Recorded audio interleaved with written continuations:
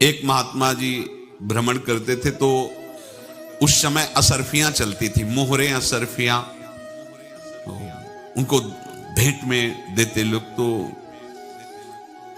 या तो ठाकुर सेवा में लगे तत्काल या संत सेवा में तत्काल लगे, उसका संग्रह करके डोलना ये ठीक नहीं है बैरागी के लिए, सिद्धांत में ये ठीक नहीं।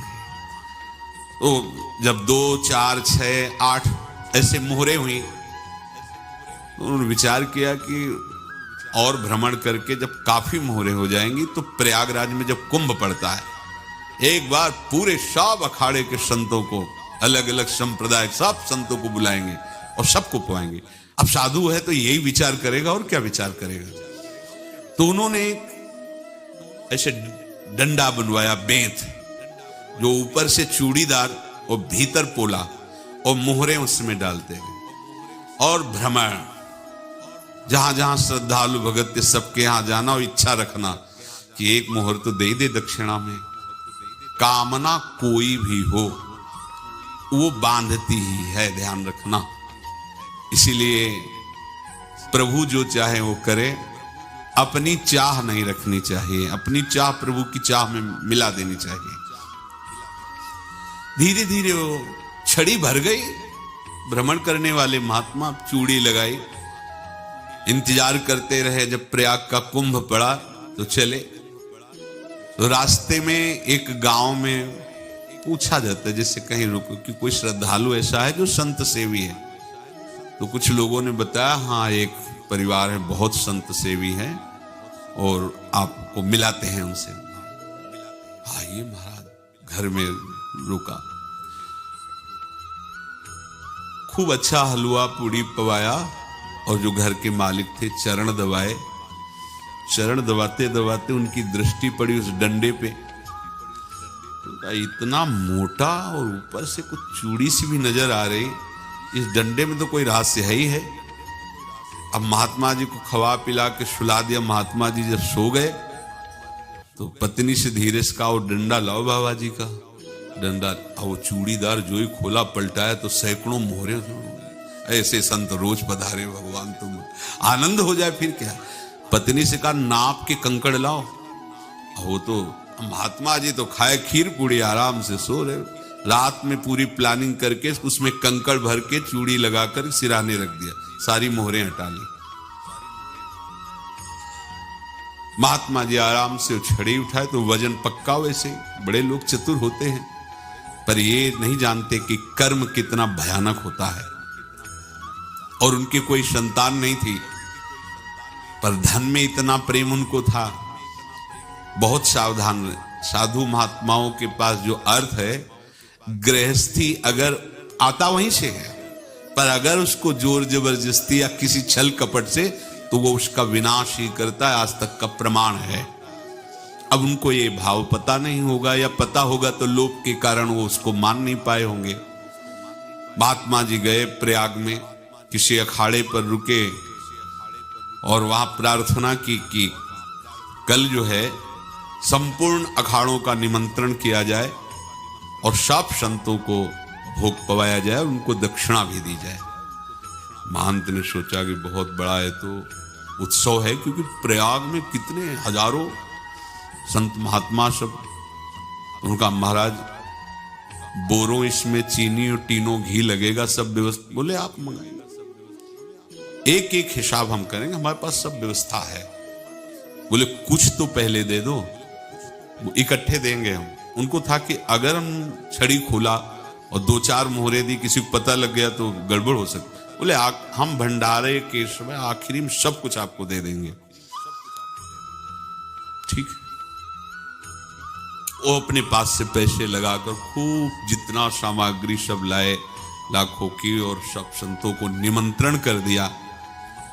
संत जन निमंत्रित हो गए, भंडारा बन रहा है। तब वहां के महंत है, उनका देखो भंडारा भी बन रहा है, संतों को निमंत्रण।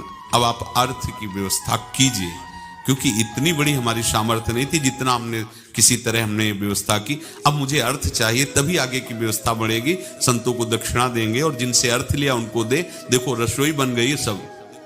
उनका छत में विश्वास नहीं तो ये अभी चूड़ी खोली, उनको तो था ना कि मोहरे हैं कंकड़। तो जैसे कितना उनको सदमा लगा होगा, हजारों संतों का निमंत्रण, रसोई बन, मतलब संत हो के छल कपट। तो उनका महाराज आपने तो हमारा नाश कर दिया, जो महंत थे। अब बताओ रसोई बन गई, संत निमंत्रित हो गए और आप ये कंकड़ दिखा रहे हैं हमको। आपने तो हमें बर्बाद कर दिया, हमारी इतनी सामर्थ्य नहीं थी, आप पहले बता देते। संत होकर ऐसा छल कपट। अब वो बोले तो क्या बोले, क्योंकि उनको पता था कि मोहरे हैं इसमें। अंदर से उनका चिंतन गया उसी सेठ के पास, अच्छा ऐसा धोखा हमारे साथ किया, भोगोगे तुम। ये जो निकलता है ना भोगोगे, ये अकाट्य होता है। क्योंकि किसी का भी हृदय, मान लो किसी भी जीव जंतु को आप कष्ट दें और उसका हृदय आह भर जाए, तो वो आह वज्र की लेख है, तुम्हें भोगना पड़ेगा। वो देखो भीष्म जी को भोगना पड़ रहा है। सांप को ऐसे धनुष की नोक से उठाया और बंबूल के कांटों के ऊपर फेंक दिया, कई दिन तक शेदा हुआ, वो आह भर करके मरा। तो आपको 6 महीने बाणों की सैया पर आह किसी की ना लेना जिंदगी। कोई ऐसा कोई आह भर करके कह दिया तुम समर्थ हो, हम तो कुछ कर नहीं सकते, और अंदर से दुखी, फिर तुम्हारी सामर्थ्य काम नहीं करेगी, मिट्टी में मिला देगी। फिर ये तो संत थे और भगवत आराधना के लिए, संत आराधना के लिए ही ऐसा किए हुए थे। अब इनका कैसे मुंह दिखाएं, अब क्या करें। सुबह संत जन आएंगे, सबके बीच में हमारी कि देखो इन्होंने, अब क्या करें।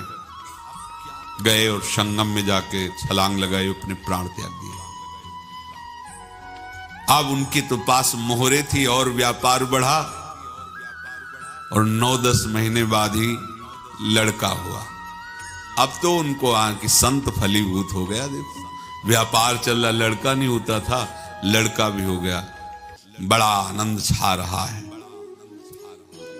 जब से वो प्रकट हुए और धन की वृद्धि शुरू हो गई, पढ़ाई लिखाई में उनके खर्चा हुआ सब, बस बीमारी शुरू हो गई उनके शरीर में। अब उसमें पैसा जाना शुरू हुआ। इतने आसक्त तो वो दोनों हो गए कि कुछ भी हो, व्यापार ठप, संपत्ति बेचना शुरू। तो उन्होंने कहा कि बेटा मैं क्या कर सकता हूं तुम्हारे लिए। बोले हमारी अंतिम इच्छा है प्रयाग चलो, और जितने प्रयाग में संत महात्मा सबको एक बार भंडारा करवाओ। हमारी इच्छा अंतिम है, क्योंकि अंतिम यही इच्छा थी। बोले अब ज्यादा संपत्ति तो नहीं रह गई। तो बोले घर बेच दो, मेरे लिए ही तो है, बेच दो। मुझे लगता मैं बचूंगा नहीं, पर मेरी अंतिम इच्छा पूर्ण कर दो। घर बेच दिया, जेवर बेच दी। वहां गए, जब संत सेवा की तो बोले मुझे संगम तक ले चलो। संगम तक ले गए और बोले समझे तुम चुराए थे और हमने उसको छीना है, कुछ नहीं रह गया तेरे पास कुछ। अब केवल ममता और आसक्ति में जलकर मर और नरक प्राप्त कर। मैं वही महात्मा हूं जिसकी तूने मोहरे ली थी। शरीर छोड़ दे।